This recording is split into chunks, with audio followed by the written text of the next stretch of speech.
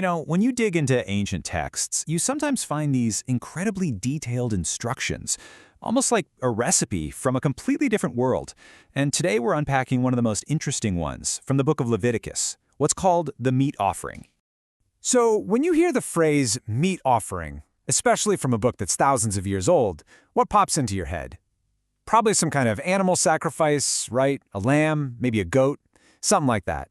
But what if I told you that name is, well, it's completely misleading? And here it is, the big reveal. This is probably the most important thing to get right off the bat.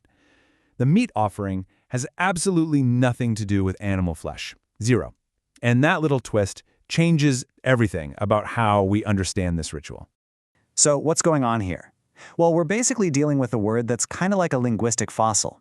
See, in older English, like the kind used in the King James Bible, the word meat didn't just mean animal flesh. It meant food in general, sustenance. So this wasn't a meat offering, it was a meal offering, and the meal was made from grain. Okay, so now that we know we're not talking about barbecue, we can look at this for what it really is, a sacred recipe. And like any important recipe, it has very specific ingredients and some very strict rules. So let's break it down. The foundation of this whole thing is actually pretty simple. You start with fine flour, the very stuff of life, the staple food. Then you add oil, which brings a kind of richness. And finally, you have frankincense, which is this amazing aromatic resin that would have given the offering its unique, sacred smell. That's it. Just those three things at its core. But here's where it gets really interesting. The recipe is just as much about what you can't put in.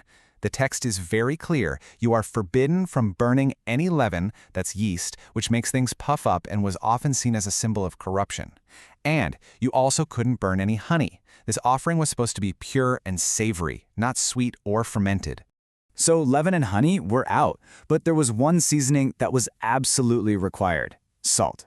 The text really hammers this point home, calling it the salt of the covenant. So this wasn't just for taste. Salt was a huge symbol of preservation, purity, and a lasting agreement.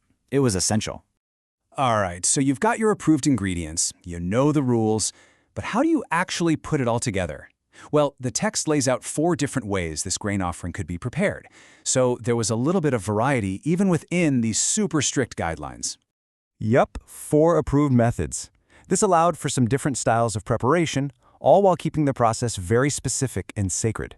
So let's look at the options. First, you could do it uncooked. Just the fine flour, oil, and frankincense presented as they are. Super simple. Second, you could bake it in an oven, making unleavened cakes or wafers.